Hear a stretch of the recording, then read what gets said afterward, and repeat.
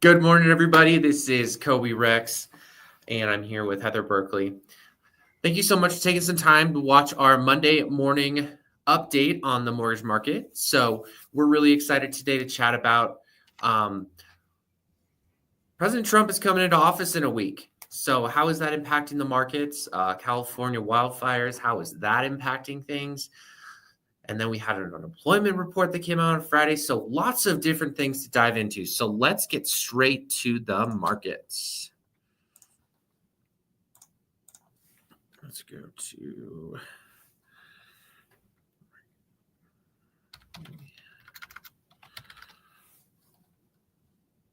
So as we're waiting with a little bit of technical difficulties, this last Friday was actually an interesting movement because we were doing the unemployment report. And what ended up happening was that we were seeing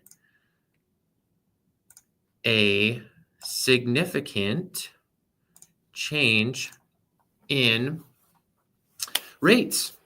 This number right here, there is a 7 now in front of conventional average rates. These rates will change based on your credit score and everything like that. But general thing, we are in an increasing rate environment right now. So biggest reasons those are contributing to that are the Fed is still trying to keep interest rates high to combat inflation. They are trying to avoid super sticky unemployment because we are seeing the longest unemployment that we've seen in a while once somebody is unemployed. But they're still just trying to combat inflation. So these rates just keep going up. And then I think the damage toll that is estimated for the wildfires is also being calculated into the increase in national debt. So lots of weird things that are not necessarily the best for where the market is going. But let's go to the charts. Okay, so we're going to zoom this baby out 2 years. So basically, the worst that we have gotten, we're going to go to the 10-year Treasury. So the 10-year Treasury, all of a sudden we have what's called resistance lines. When the rates start going in the wrong direction, we're waiting for a resistance line to pull it back. We are definitely seeing the worst rates that we have seen since November of 2023. But at the same time, if it's the best time to buy a house for you, based on your situation, the nice thing is that we like operating by the phrase, marry the house, date the mortgage. We constantly will find ways to optimize your specific portfolio. But if getting into the house is the best situation at this time, the rate is something that we'll continue to monitor as things go on. So that is a little update on what's going on in the markets. So what I want to do real quick is, Heather, was I showing charts or just showing the faces? Was I showing charts or showing faces? Just faces. Okay, perfect. It says exactly what you're discussing. Yeah. So perfect. So let me go in and show. Now, can you see the charts? Still can't see the charts. Just pretty faces. Pretty faces. Okay. Let's change this. Present.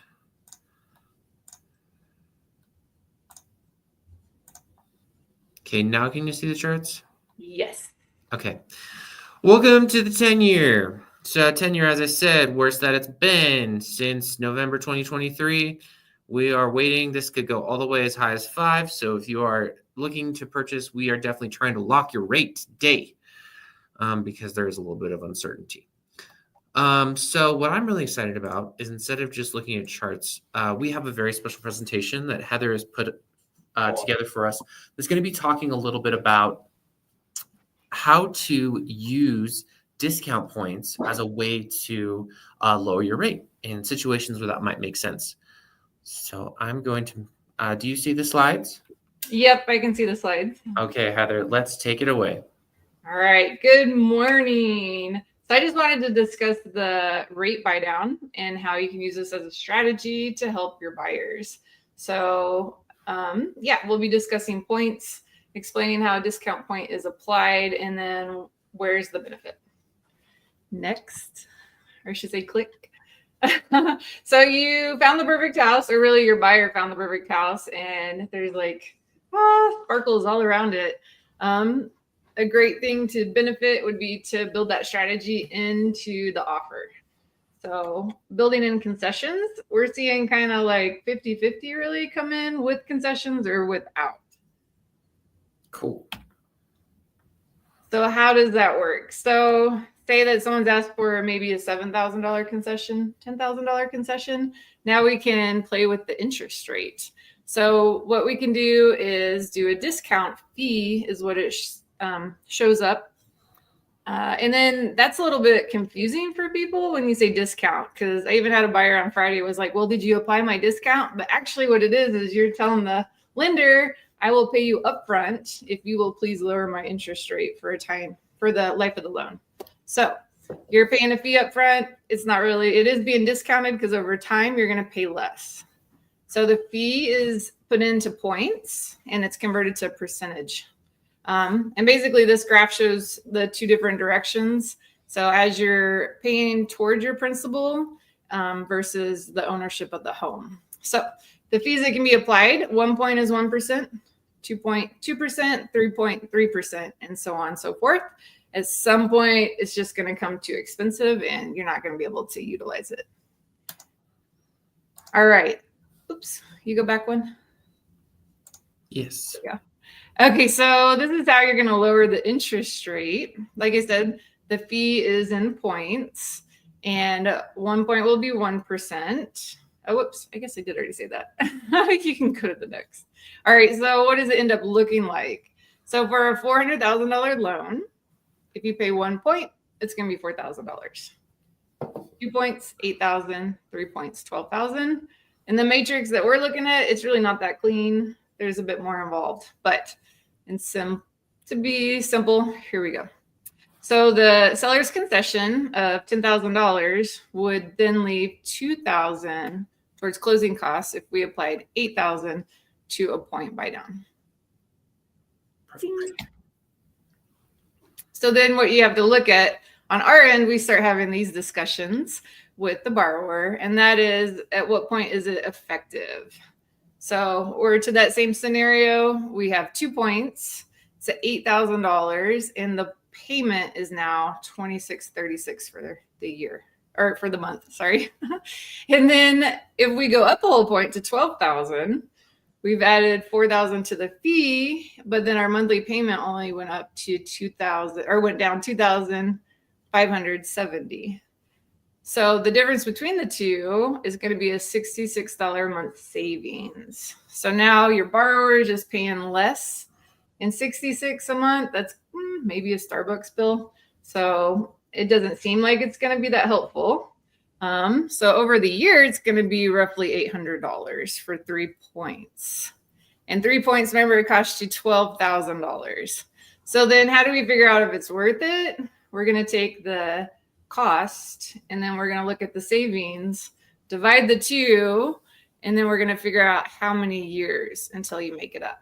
So for this scenario, it's going to be roughly 5 years before your borrower is going to start actually saving money, because we can throw a lot of money at a loan and say, okay, so many people are interested in decreasing their interest rate. But the fact is, well, if you kept that money in the bank, possibly you could pay your extra $66 a month, and maybe it's not really worth it to change it just yet. Exactly. And then sometimes too, like how long are you going to stay in the house? Yeah, that's the next slide. So what does make it cost effective? So really you're still paying the same amount. You're just paying it upfront, and then you're going to figure out the timing, or I'm going to figure out the timing for you. How long does it take until that upfront fee is actually going to turn into savings?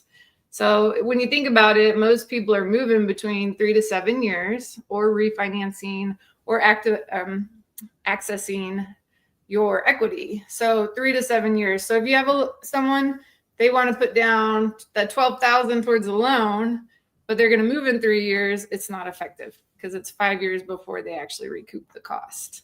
If someone's going to stay there for 14 years, well, then it could be cost effective, but then do they really want to save $66 a month? So lots of different ideas. But overall, you can build this into your strategy. Asking for concessions, we're going to be able to play with the interest rate a little bit more. And interest rate is not the only thing. You got to really understand, like, how long are you going to keep the loan to actually have it effective? Oh, you're good. Perfect. And there's Heather's contact information if you have any questions. But no, there's a lot of times with discount points that it's super huge. I've actually had to use it as well for like, let's say there's a thing in our industry called debt to income ratio. And whenever the interest rate is higher, it typically is worse. So I had one file where I actually had to charge discount points to get the interest rate low enough so that way I could get to where I needed them to be. Yeah. And then, like Heather said, it really is something. We have a system called Mortgage Coach that we use that does nice little pretty charts and can show like a short term for like a 3-year, 2-year situation, and then a 5-year. Our company believes in doing a review every year. So we kind of like more being that lender for life, that we're not just here magically get our commission check and then disappear. We really have this opportunity to help you to assess, because as you saw, the rates are changing significantly right now compared to they've been changing in the past. So all of these, like I actually had someone, and what I would suggest, if you have any other questions, there is one additional strategy that Heather hasn't talked about, which is a buy down strategy, which is temporary versus discount points, as we talked about today, is permanent. So Heather is that the 2-1 buy down? Is that what you're talking about? Yes, there's 3 versions of it. So you can do a 3-2-1 buy down, 2-1 buy down, and then a 1-0 buy down. All that stuff, email Heather about, but it is a strategy that I would recommend that we dive into deeper in the future, especially as we continue to monitor interest rates changing.